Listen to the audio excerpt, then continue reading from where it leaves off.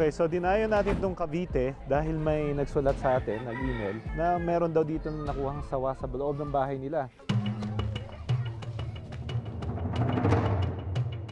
So dito niyo po nakita? Oo, doon, nakatali po siya. Nakita ko dapat parang sawa yata. May dumating na siya akong kaibigan din yung taga-riyan. Ay, sawa nga ikaw, Kuya Hime. Ikaw, huwag natin papatayin, huliin natin. Agad daw nilang kinuha ang sawa at itinago sa isang kulungan para hindi makapinsala. So nandito siya nakalagay. Tingnan natin to, ha. So ito naman mga ahas na ito, they can starve themselves for weeks. Kahit di sila kumain, okay lang. Baby pa lang. Okay. Itong ganitong kalaking ahas is around siguro less than 1 year ang edad nito. Maganda ang pangangatawan.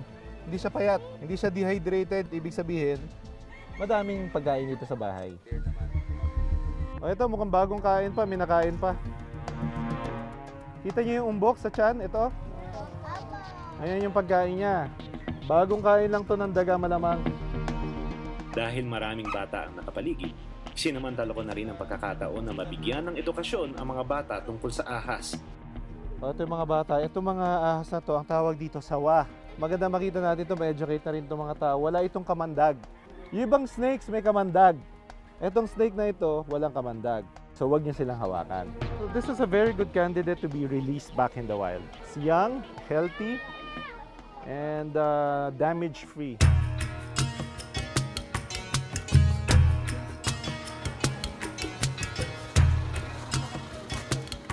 Dahil sa malusog at ilang araw pa lang sa lugar ang sawa, binalik namin ang sawa sa gubat, malayo sa mga tao.